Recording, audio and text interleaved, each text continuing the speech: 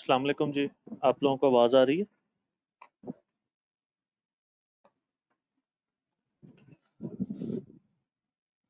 चलो, एक सवाल करते हैं, फिर हम कुछ एमसीक्यूज करेंगे और ये इंशाल्लाह हमारा जो चैप्टर है ये आज वाइंड अप हो जाएगा। ये एक सवाल है, आई कैप के पास पेपर का सवाल है। रिक्वायरमेंट है post relevant transaction to bank book. Cash book को बैंक बुक कहते हैं, याद है ना? To arrive at the correct bank balance as at the bank reconciliation statement. पुरानी चीजें रिपीट हो रही हैं सारी, ध्यान से करना। इसमें सिर्फ एक चीज नहीं है, वो मैं समझा दूंगा। चलो, Following information has been extracted from the records of hidden garments as at 30 June 2016। Balance as per bank book, उसने आपको डेबिट बैलेंस दिया हुआ है, ठीक है। An examination of the bank book and the bank statement revealed the following: outstanding checks amounting to rupees 3856,000। Outstanding cheques कौन से होते हैं? सही होनी चाहिए चीजें। अब ये अनप्रेजेंटेड या अनक्रेडिटेड? बिल्कुल सही है जी, ये अनक्रेडिटेड चेक्स को कहते हैं।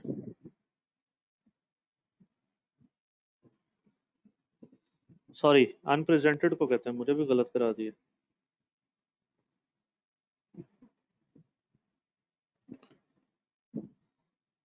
Unpresented checks.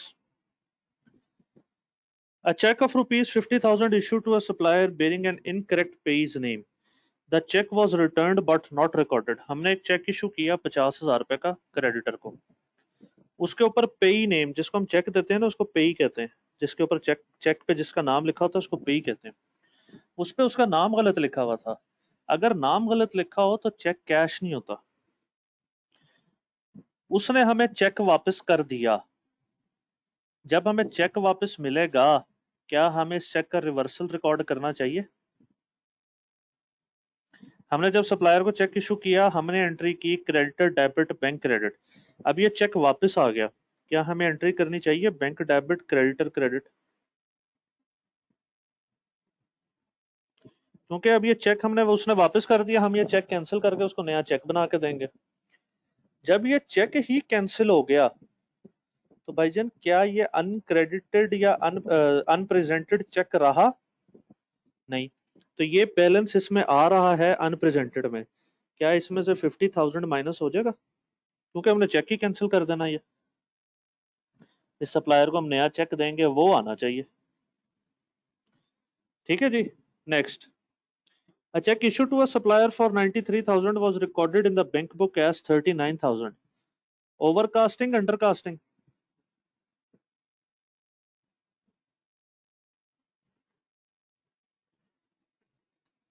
ओवरकास्टिंग है ये अंडरकास्टिंग है?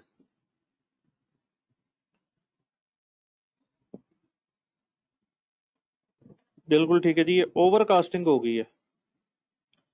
तो इस अंडरकास्टिंग हो गई है भाईजान, सॉरी क्या हो गया आज। अंडरकास्टिंग हो गई है। क्या हमें और क्रेडिट करना पड़ेगा कैश बुक को? ठीक है। Next, a check dated 20th December 2015 for rupees 35,000 issued for repair of a car is now time barred। Time barred cheque क्या होता है? एक जो चेक होता है उसकी लाइफ होती है 6 मंथ्स। मैंने कल बताया था, जब 6 मंथ से ज्यादा हो जाए ना चेक को, उसको हम कहते हैं चेक स्टेल हो गया या चेक टाइम बार्ड हो गया। अब ये चेक कैश नहीं होगा। अच्छा जी, हमने एक 35,000 का चेक इशू किया था 20 दिसंबर को, वो चेक टाइम बार्ड हो गया। किस डेट को? 20 दिसंबर से 6 महीने गिने तो 6 जून 2016 को ये टाइम बार्ड हो गया। हम आज खड़े हैं 30 जून पे। फिर क्या हुआ? The replace cheque was issued on 25 June. हमने उस चेक को रिप्लेस कर दिया और एक नया चेक इशू कर दिया 25 जून को। And recorded, however the reversal of time barred cheque was not recorded. हमने जो गाड़ी ठीक कराई थी उसका हमने चेक दे दिया था 20 दिसंबर को। वो चेक वो जो मैकेनिक था उसकी जेब में ही पड़ा रहा। उसको अचानक याद आया, वो बैंक लेके गया। उसने कहा कि ये जो चेक है इसका टाइम पूरा हो गया, आप नया चेक इशू करा के लाएं। वो हमारे इशू कर दिया। जो उसने पुराना हमें वापस किया उसका रिवर्सल नहीं डाला। क्या हमने एक ही बंदे को 2 दफा पेमेंट दे दी? यानी हमने कैश बुक 2 दफा क्रेडिट कर दी। क्या अब एक दफा डेबिट करना पड़ेगी? Bank debit, creditor credit 35,000। ठीक है जी। अब जो ये चेक टाइम बार्ड हो गया है, क्या ये भी अनप्रेजेंटेड चेक्स में आ रहा है? बिल्कुल आ रहा है। अब ये जो टाइम बार्ड चेक है ये तो हमने कैंसिल कर दिया है, उसकी जगह हमने 25 जून को नया चेक इशू करके दिया है। क्या जो ये 50,000 का चेक टाइम बार्ड हो गया, जब चेक ही कैंसिल हो गया, तो काय का अनप्रेजेंटेड? लेकिन इस बैलेंस में आ रहा है, क्या मुझे 35,000 इसमें से लेस करना पड़ेगा? बिल्कुल करना पड़ेगा। ठीक है जी। Point number 2, uncleared cheques amounting to ₹6,460,000। Uncleared cheques कौन से होते हैं? जो भी अंडर क्लियरेंस हो, और ये हमेशा uncredited cheques. A check of ₹3,756,000 received from a customer was returned by the bank marked NSF। NSF कहते हैं नॉट सफिशिएंट फंड्स, यानी चेक डिसऑनर हो गया। और डिसऑनर चेक की एंट्री क्या होती थी, याद है? बिल्कुल ठीक है जी। Debtor debit, bank credit 3,756,000।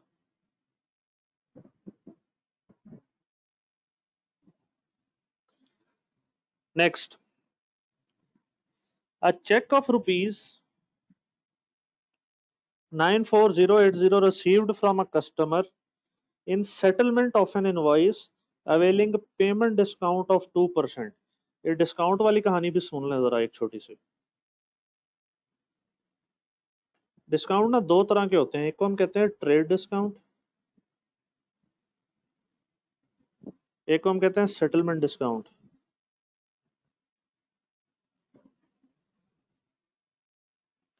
Trade discount होता है जो at the time of bargain किया जाता है।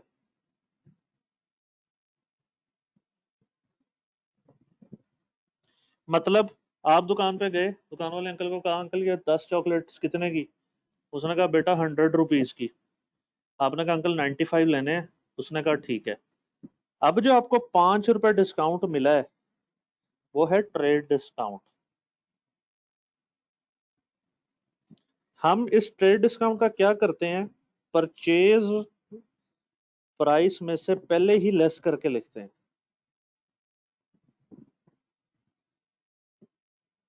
ये मजीद इस पे बहस ना अगले चैप्टर में इन्वेंट्री वाले में हम करेंगे। एक होता है सेटलमेंट डिस्काउंट। ये क्या होता है? आपने डेटर को सामान दिया 10 लाख रुपए का और उससे कहा कि आपने 3 महीने बाद मुझे पैसे दे देने हैं। अभी महीना ही गुजरा था, आपको पैसों की पड़ेगी जरूरत। आपने इसको फोन किया मिस्टर ए को। आपने कहा भाईजान अगर आज ही मुझे पैसे दे दोगे ना तो मुझे 9.5 लाख रुपए दे दो, 50,000 मैंने तुम्हें डिस्काउंट दिया।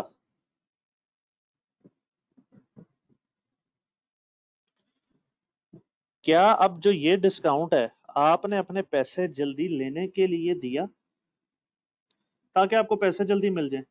इसको हम कहते हैं सेटलमेंट डिस्काउंट।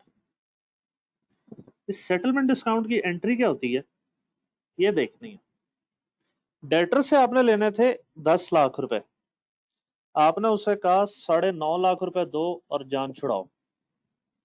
तो अगर वो 9.5 लाख रुपए दे देता है, क्या जो वो 9.5 लाख रुपए देगा वो इन सेटलमेंट ऑफ 10 लाख होगा? तो यहां पे जब मैंने उसे 10 लाख रुपए लेना था तो मेरे पास डेटर का जो डेबिट बैलेंस आ रहा था वो था 10 लाख। तो क्या मुझे जब उसने पैसे दे दिए मुझे डेटर क्रेडिट करना चाहिए 10 लाख से?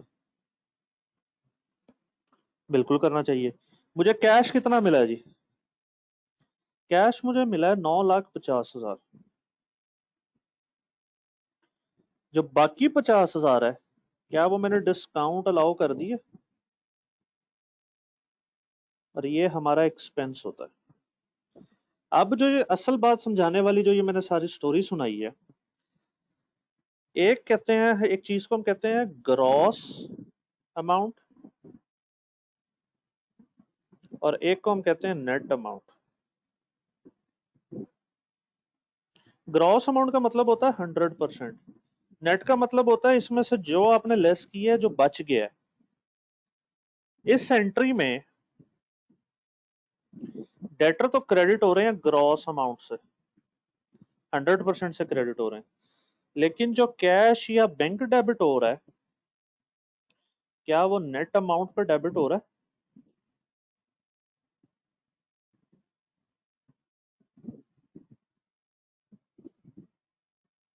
ठीक हो गया। तो अब आए अपने सवाल की तरफ चलते हैं। डेटर हमने ग्रॉस अमाउंट से क्रेडिट कर दिया, कैश जो था वो नेट अमाउंट से डेबिट कर दिया। अब जो वो बंदा था उसने हमें 94,080 दिए in settlement of an invoice availing payment discount of 2%। क्या जो उसने हमें ये पैसे दिए इसके अंदर डिस्काउंट शामिल है या नहीं है? क्या जो ये उसने हमें 94,080 दिए हैं क्या ये बिफोर डिस्काउंट पैसे हैं या आफ्टर डिस्काउंट है? अवेलिंग, अवेलिंग पेमेंट डिस्काउंट है, उसने डिस्काउंट अवेल करके दिए। The collection was recorded by easy eight gross amount of invoice. 94,080 net amount थी। हमें कैश यानी कैश बुक या बैंक अकाउंट को नेट अमाउंट से डेबिट करना चाहिए था, हमने ग्रॉस अमाउंट से डेबिट कर दिया। अब जो ये अमाउंट है क्या ये आफ्टर 2% डिस्काउंट है? तो क्या मैं कह सकता हूं कि ये 94,080 जो है ये 98% है?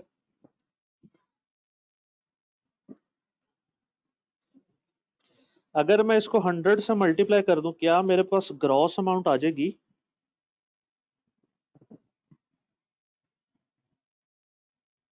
देखें देखें देखें, अगर मैं इसको डिवाइडेड बाय 98% मल्टीप्लाई बाय 100% कर दूं क्या मेरे पास ग्रॉस अमाउंट आ जाएगी? बिल्कुल आ जाएगी, वो बनती है 96,000। अब मुझे रिकॉर्ड करना चाहिए था इस पे, मैंने रिकॉर्ड कर दिया इस पे, यानी कैश बुक मैंने डेबिट करनी चाहिए थी मुझे 94,080 से, मैंने डेबिट कर दी 96,000 से। क्या मैंने ज्यादा डेबिट कर दी? बिल्कुल कर दी। क्या मुझे उसको ठीक करने के लिए क्रेडिट करना पड़ेगा? तो इन दोनों के डिफरेंस से मुझे क्रेडिट करना पड़ेगा। 96,000 माइनस 94,080 1920 रुपए से। इसका एक तरीका और है, हमें कैश डेबिट करना चाहिए था नेट अमाउंट से, मैंने ग्रॉस अमाउंट से कर दिया। अगर 94,080 98% है तो जो डिस्काउंट आ रहा है क्या ये भी मैंने इसके अंदर शामिल कर दिया ना? रिकॉर्ड करते वक्त इसके अंदर शामिल है ना डिस्काउंट जो हमने देना है, और वो डिस्काउंट है 2%। यहां से भी जो फिगर है वो डायरेक्ट 1920 आएगी। यहां तक कोई मसला है तो पूछें, फिर मैं आगे चलता हूँ। ये नेट और ग्रॉस वाली कहानी समझ आई है?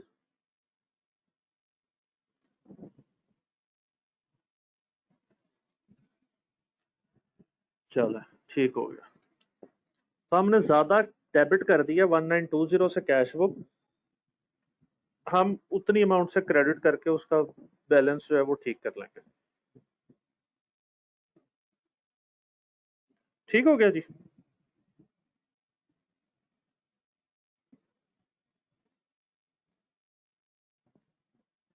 अब जो चेक जो था वो जो डिसऑनर हो गया था, हमने चेक अपने डेटर को वापस भिजवा देना है।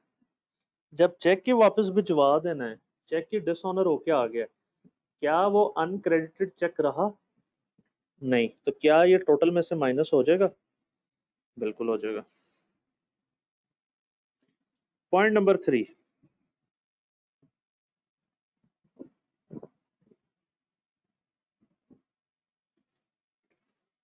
an unidentified credit of 150,000 was appearing in the bank statement। एक अनआइडेंटिफाइड क्रेडिट आ रहा था बैंक स्टेटमेंट में, यानी किसी ने हमारे अकाउंट में पैसे जमा कराए होंगे। It was found that a customer had made an online transfer to avail 3% discount allowed on payments made by 30 June। उसने 1.5 लाख रुपए जमा कराया है आफ्टर अवेलिंग डिस्काउंट। क्या कैश नेट अमाउंट से डेबिट होना चाहिए बैंक बुक में?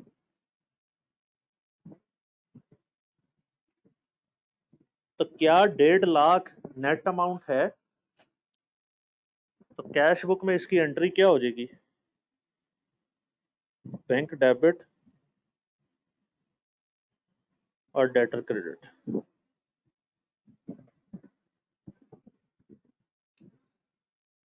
नेक्स्ट, एक छोटा सा कॉन्सेप्ट और, डेबिट और क्रेडिट एडवाइसेस क्या होती हैं? बैंक ना हर महीने हमें एक पेज भेजता है, एक के ऊपर लिखा होता है ये डेबिट एडवाइस है और एक के ऊपर लिखा होता है ये क्रेडिट एडवाइस है। जिन जिन चीजों के अगेंस्ट हमारा अकाउंट, बैंक अकाउंट डेबिट हुआ होता है, यानी बैंक वाले हमारा अकाउंट डेबिट करते हैं, वो सारी चीजें डेबिट एडवाइस में लिखी होती हैं। और जिन जिन चीजों के अगेंस्ट बैंक ने हमारा अकाउंट क्रेडिट किया होता है, वो क्रेडिट एडवाइस में लिखी होती है। यानी अगर बैंक ने डेबिट एडवाइस भेजी है तो बैंक ने हमारा बैंक अकाउंट डेबिट किया है, तो क्या हमें कैश बुक क्रेडिट करनी चाहिए? सिमिलरली क्रेडिट एडवाइस में जो बैंक ने हमारा अकाउंट क्रेडिट किया है, क्या हमें कैश बुक में डेबिट करना चाहिए? ठीक है जी। क्या क्या आया जी? ये हमें 5 जुलाई को मिली है, जो 30 जून की थी। ठीक है, कुछ दिनों बाद मिलती हैं। क्या क्या है जी ये चीजें?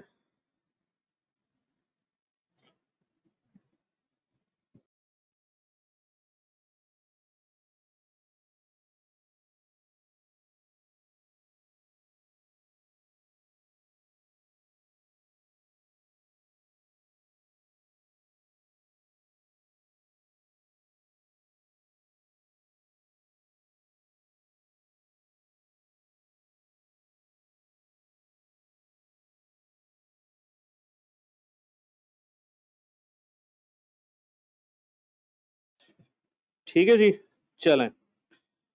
Bank charges amounting to ₹16,000। It has been noted that the bank had undercharged EG by 27,030।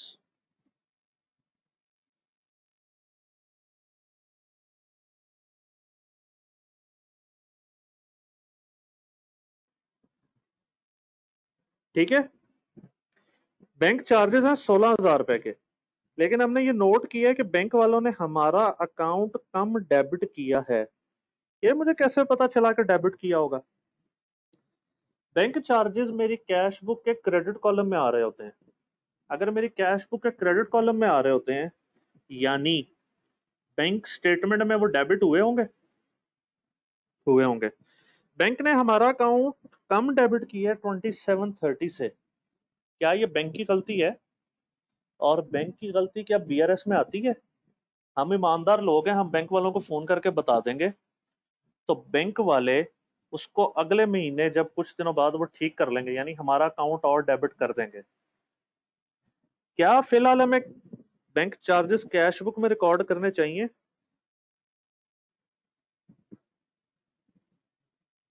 16,000 तो हैं, लेकिन 2730 से कम चार्ज हुए हैं, तो अब टोटल बैंक चार्जेस कितने हो गए? 18,730 रुपए। कैश बुक में ये क्रेडिट हो जाएंगे और बैंक क्रेडिट हो जाएगा। ठीक है।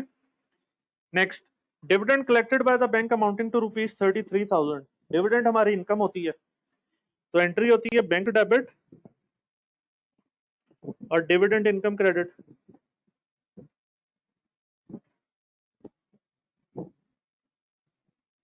Last, payment on easy standing instruction of an annual subscription for a magazine amounting to ₹11,000।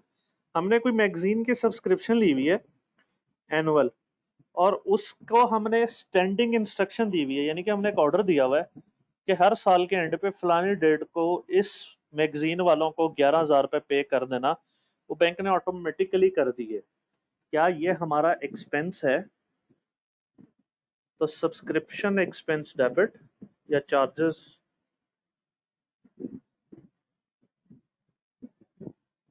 11,000 से और बैंक क्रेडिट। सारा सवाल आपके सामने है। आपके पास 10 मिनट है, 15 मिनट ले लें, ये सवाल सॉल्व करें। मैं आपसे 15 मिनट बाद मिलता हूँ। मैं यहीं बैठा हूँ, किसी को कोई मसला आता है तो वो चैट बॉक्स में ना मेरे से पूछ ले।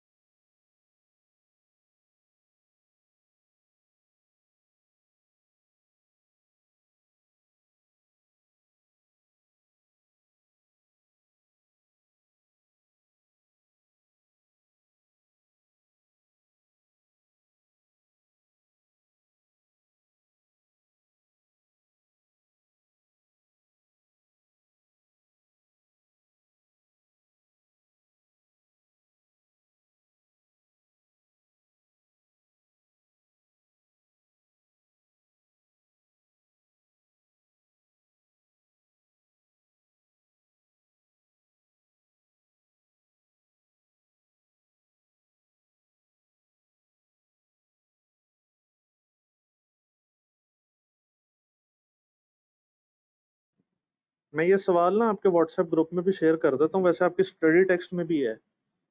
मैं आपको बताता हूँ स्टडी टेक्स्ट का आपकी पेज नंबर क्या है बुक का। अगर आप लोगों के पास स्टडी टेक्स्ट है ना, तो वहां से देखना आसान हो जाएगा आप लोगों के लिए।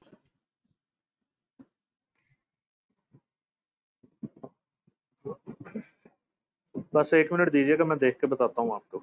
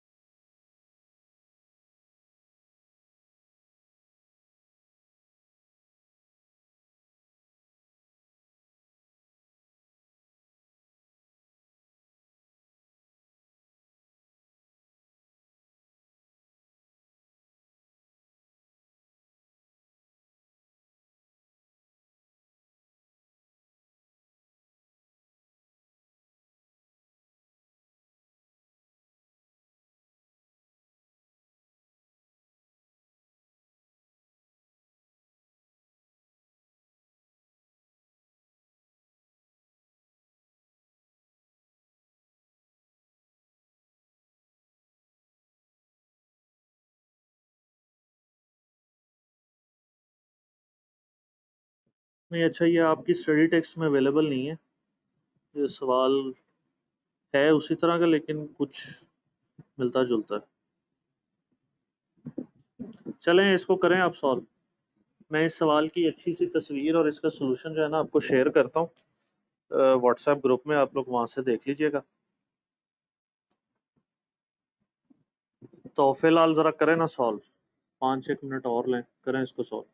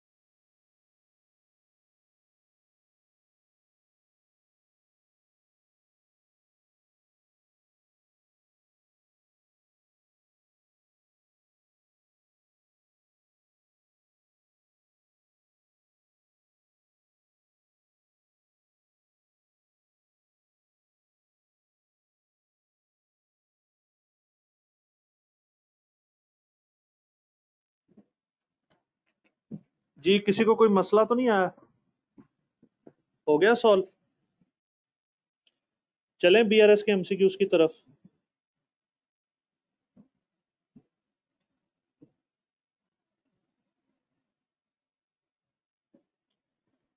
चलें जी, बिस्मिल्लाहिर्रहमानिर्रहीम। बीआरएस के एमसीक्यूज आपके ये स्टडी टेक्स्ट में ही है एमसीक्यूज।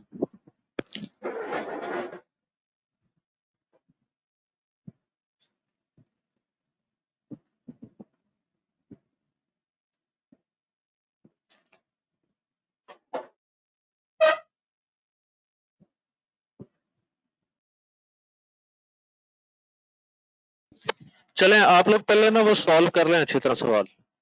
कर लें जी, कर लें, माजरत चाहता हूँ जी, आप पहले सवाल सॉल्व कर लें, 5 मिनट और ले लें।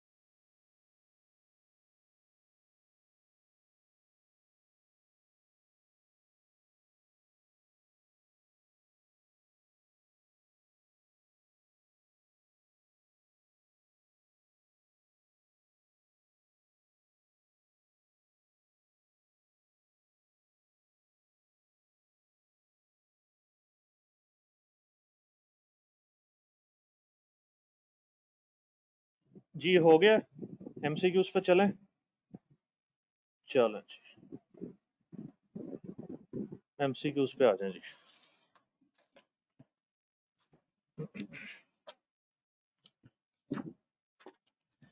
मैं ना कुछ एमसीक्यूज आपको लिखाने लगा हूँ। ये जो एमसीक्यूज है ना, ये आपके स्टडी टेक्स्ट में ना रिपीट हो रहे हैं एक जैसे सवाल, लेकिन रिपीट हो रहे हैं, वो लिख लें। 1 2 3 4 5 6 7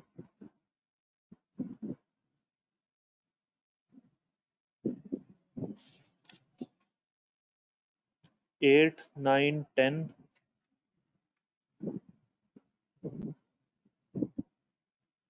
12। ये ना सारे एक दूसरे से मिलते जुलते हैं।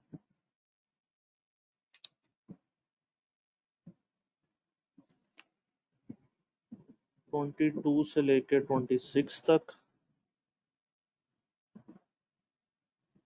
और 31 से लेके 34 तक। ठीक है, ये मिलते जुलते हैं। मैं कोशिश करता हूँ कि जितने मैं करा सका, बाकी ज़रा फिर आपने खुद ट्राई करनी है। ना हुए तो मैं हाजिर खिदमत हूँ आपके। चल, पहला सवाल पढ़ते हैं। क्या है? The following bank reconciliation statement has been prepared by a business. Bank reconciliation statement as at 30th April 2018। Balance as per bank statement दिया हुआ है, आउटस्टैंडिंग चेक्स दिए हुए हैं। आउटस्टैंडिंग चेक्स अभी बात हुई थी, कौन से चेक्स होते हैं? Uncredited, sorry unpresented cheques. आपके चक्कर में ना मैं भी भूलना शुरू हो गया।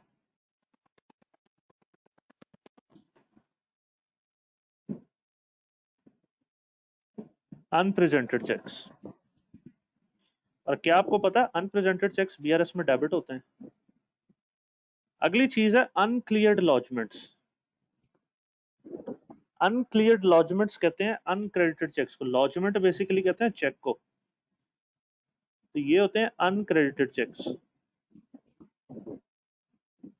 और ये आपको पता है क्रेडिट होते हैं बीआरएस में। बैंक स्टेटमेंट का क्रेडिट बैलेंस है, ये डेबिट और ये credit. Assuming that all items other than balance as per cash book is correct. वो कह रहा है इसके अलावा बाकी सारी चीजें ठीक हैं। What is the corrected balance as per cash book? Cash book का करेक्टेड बैलेंस क्या होगा?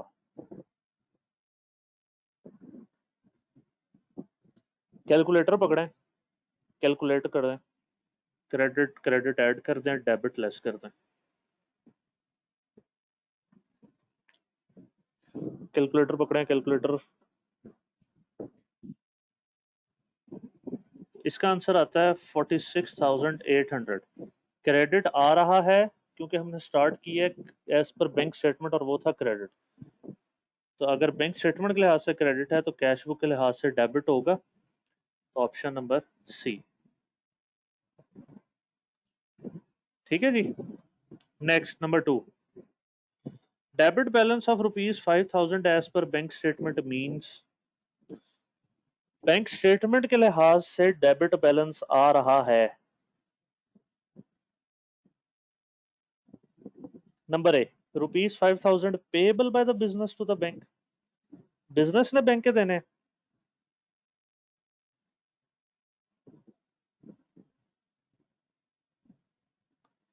बैंक ने बिजनेस के देने हैं, सॉरी नहीं। B, 5,000 receivable from business by the bank. क्या बैंक ने बिजनेस से लेने? C, 5,000 deposited by the business during the month. नहीं, वो तो बैंक स्टेटमेंट में क्रेडिट होता है। D, 5,000 withdrawn from the bank by business during the year. अगर हम 5,000 रुपए निकलवाते हैं बिजनेस से, तो वो तो बैलेंस में डेबिट होता है, डेबिट बैलेंस तो नहीं होता उसका। तो ऑप्शन कौन सी बची? बी, ये पैसे बैंक वालों को हमने देने हैं। ओवरड्रॉन बैलेंस याद है?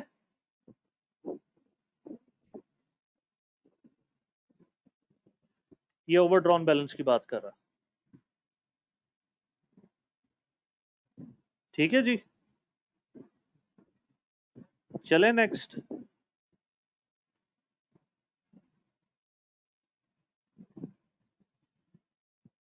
Number 3, the following bank reconciliation statement has been prepared by a trainee accountant. एक ट्रेनी था, उसने बनाई है। Overdraft balance as per bank statement है। क्या आपको पता है अगर ओवरड्राफ्ट बैलेंस हो वो डेबिट बैलेंस आता है बैंक स्टेटमेंट में? नेक्स्ट, आउटस्टैंडिंग चेक्स हैं। आउटस्टैंडिंग चेक्स कौन से होते हैं? Unpresented cheques. क्या ये भी डेबिट होते हैं बीआरएस में? बिल्कुल होते हैं। ये इन दोनों को नेट किया हुआ। Next, deposits credited after date. ये वो डिपॉजिट्स जो हमने बैंक में जमा कराए क्रेडिट हुए हैं कुछ दिनों के बाद, क्या ये अनक्रेडिटेड चेक्स हैं? और अनक्रेडिटेड चेक्स क्रेडिट होते हैं। What should be the correct balance as per cash book? अगर ये balance as per bank statement से शुरू हुआ है तो ये खत्म होगा balance as per cash book. कैसे? कैलकुलेटर पकड़ें, डेबिट डेबिट ऐड करें, क्रेडिट लेस कर दें। 5640 डेबिट आ रहा है क्योंकि हमने स्टार्ट किया है बैंक के बैलेंस से और डेबिट बढ़ा है। खत्म हुआ कैश बुक पे। अगर बैंक स्टेटमेंट के लिहाज से डेबिट है तो क्रेडिट होगा कैश बुक के लिहाज से। और अगर कैश बुक के लिहाज से क्रेडिट बैलेंस है तो क्या ये ओवरड्रॉन बैलेंस नहीं होता? ऑप्शन नंबर डी देखें।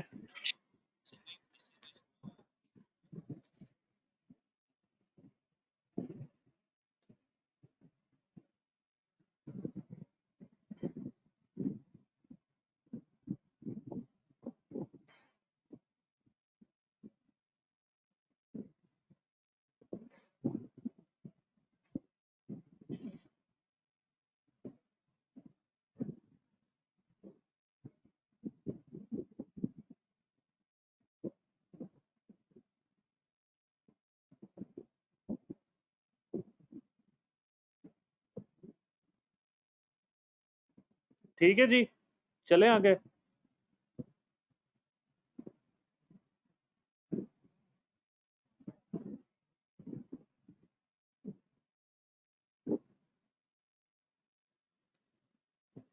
नेक्स्ट,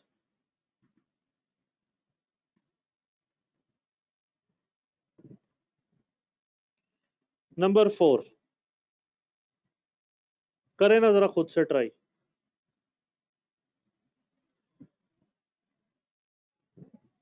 एक आधा खुद से भी तो करना चाहिए ना। करें जी ट्राई। सवाल है पूरा बीआरएस का, इसमें करेक्शन कर लेनी है। ये जो अमाउंट लिखी हुई है ना 10,200, ये 10,200 नहीं है, 10,140 है। अगर 10,200 के हिसाब से चलें तो पीछे जो आंसर दिया हुआ है ना वो आंसर सही नहीं आता। करें इसको सॉल्व।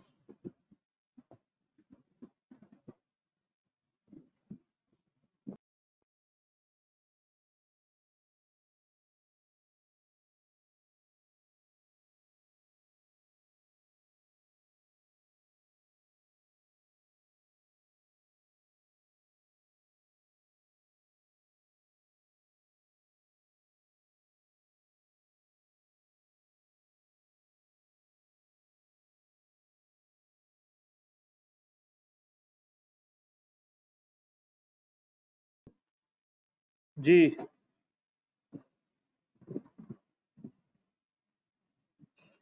कैश बुक का अपने करेक्ट बैलेंस बताना है तो आपको कैश बुक बनानी पड़ेगी।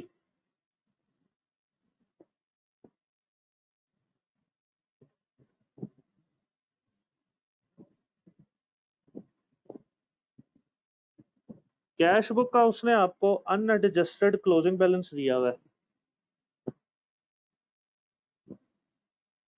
10140। डेबिट बैलेंस है, तो जब ये ओपनिंग बनेगा तो अपनी नेचर के हिसाब से आएगा। नेक्स्ट स्टैंडिंग ऑर्डर है, क्रेडिट होता है 350। नेक्स्ट डिविडेंड है 30 rupees. Bank credited interest for the credit quarter, bank ने इंटरेस्ट दिया हमें 350 रुपए का, क्रेडिट किया हमारे अकाउंट में, हमें कैश बुक में डेबिट करना चाहिए था, लेकिन हमने किस अमाउंट से डेबिट कर दिया? 530 से। क्या ओवरकास्टिंग होगी ये? बिल्कुल होगी ओवरकास्टिंग।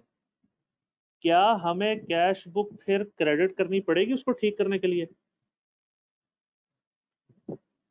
350 आना चाहिए था, हमने 530 लिख दिया, तो 180 से क्रेडिट करना पड़ेगा। Next, a customer check deposited in the bank of rupees 120 was dishonored। Dishonour cheque की एंट्री क्या होती थी? Debtor debit, bank credit 120। करें जी कैलकुलेट, इसका क्लोजिंग बैलेंस निकालें 9520। क्या ये डेबिट बैलेंस है? तो ऑप्शन नंबर सी।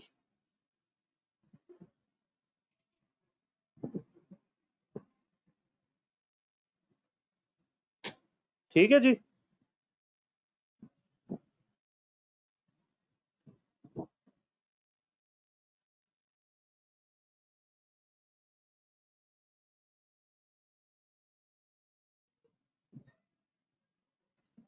क्लियर है जी।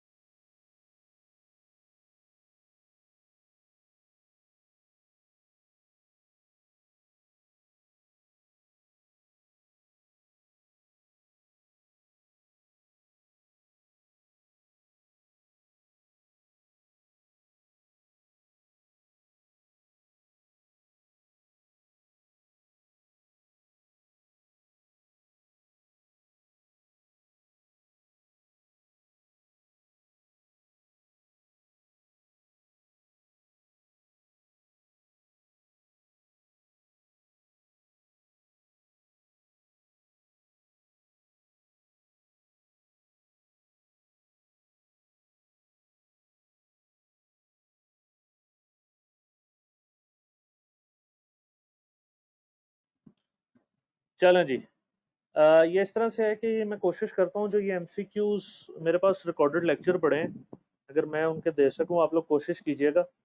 कल आपका टेस्ट है, टेस्ट में एक आपके पास बीआरएस का क्वेश्चन होगा, दो, हाँ एक ही क्वेश्चन होगा बीआरएस का, और कोई 8-10 एमसीक्यूज होंगे आसान आसान से जैसे ये हैं, इनसे मिलते जुलते होंगे, ये वाले नहीं होंगे। तो वो हार्डली 40-45 मिनट्स का टेस्ट होगा। कल 8 बजे शाम को टेस्ट शुरू होगा, इसी तरह आपकी स्क्रीन पर डिस्प्ले होता रहेगा।